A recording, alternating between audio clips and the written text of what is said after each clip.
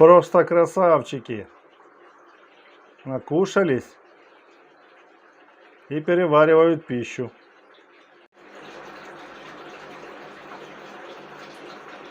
Друзья, снова приветствую вас на канале Разводня как хобби. Вот сегодня хотел показать вам результат роста мальков тернеции цветной, да, которых мы с вами не растили. Ну, это молодые тернеции, которые давали нам потомство. Значит, первый нерест, как вы помните, был вообще неудачный, второй немножко. И вот с третьего нереста рыбки начали давать хорошую оплодотворенную икру.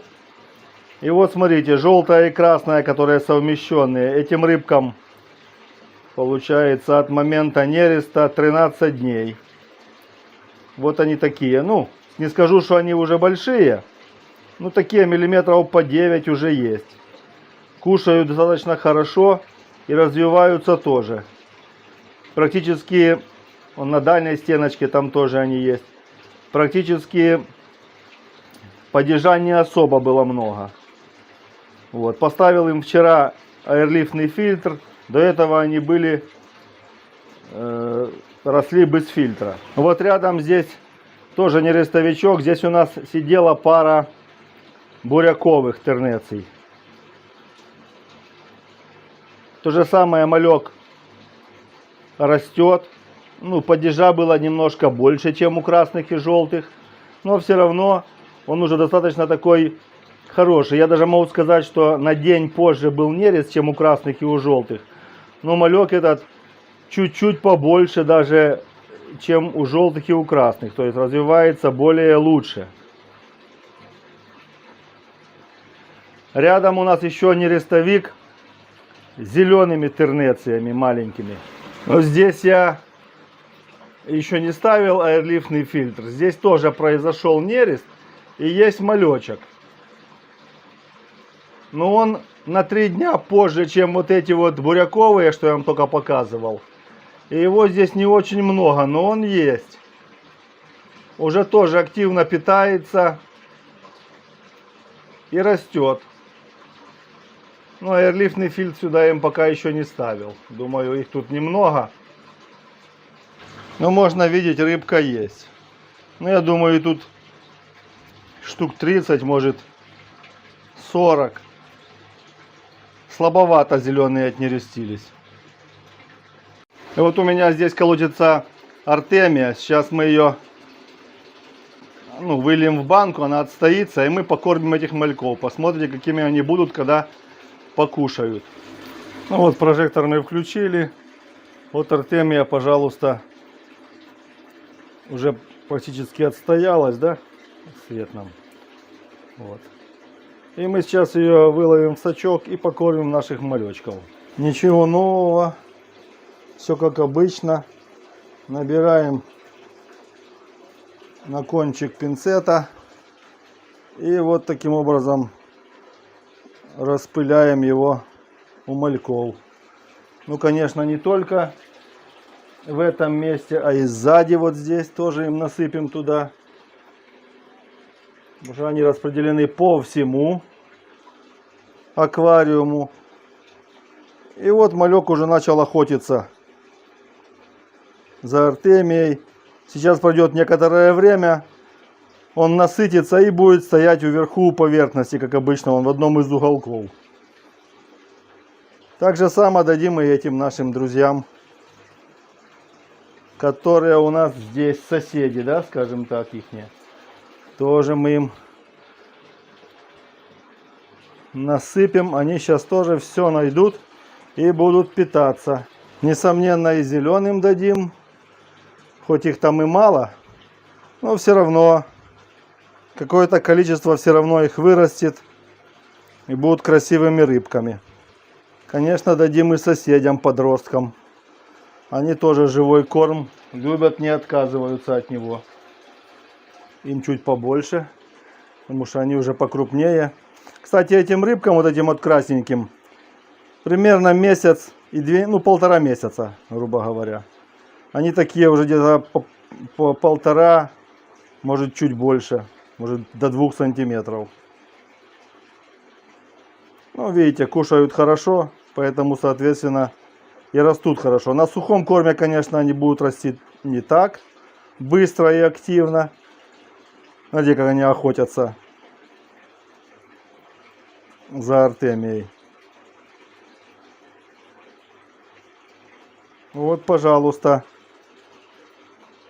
Рыбки уже заметно насытились. Видите, у них уже такие желтенькие животики. Понемногу наедаются, да?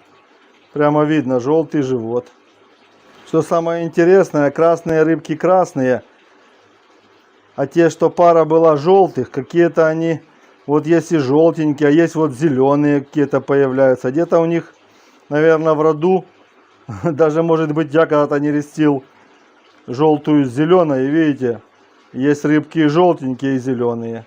Ну ничего, это о вопросе о том, какое будет потомство, если скрестить даже двух одинаковых рыбок. Если у них в роду, скажем так, были там помеси, то рыбки могут быть самых разных цветов.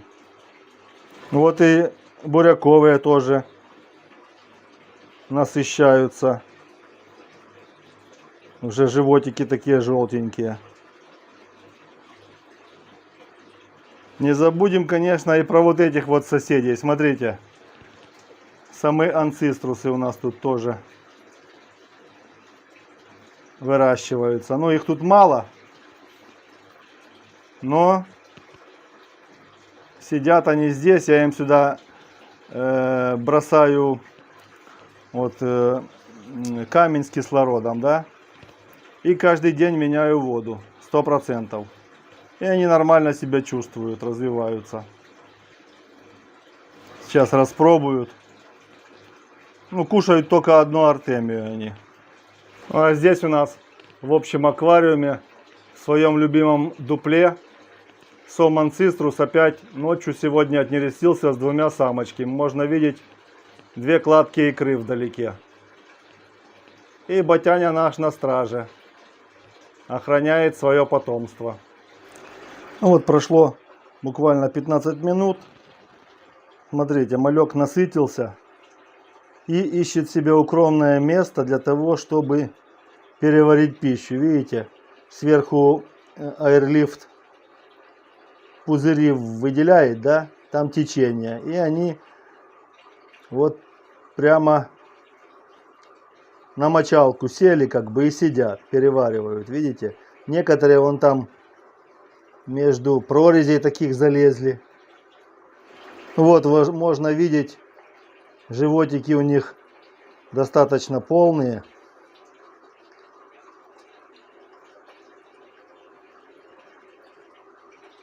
И они как бы отдыхают. А некоторые еще ловят. Хочу сказать, что вот пока мальку примерно до 2 недель, желательно, чтобы корм у него был постоянно. Ну, как можно чаще он его видел. Ну, то есть кушал. Тогда он более активно растет и более равномерно. Вон у обогревателя некоторые приютились. Так, а что наши сиреневые или буряковые? Ну, буряковые тоже, смотрите, насытились. И то же самое, смотрите, как у них животики прямо аж выпирает. Ну, я думаю, артемия им нравится. Вот видите, они уже накушались, но рачок еще у них есть. Этот рачок еще 2-3 часа в пресной воде будет жить. И они будут потихонечку его подъедать. А вот и зеленые наши, смотрите. То было их почти не видно, а то вот они тоже покушали. И вот здесь находятся вверху. Вот такая красота.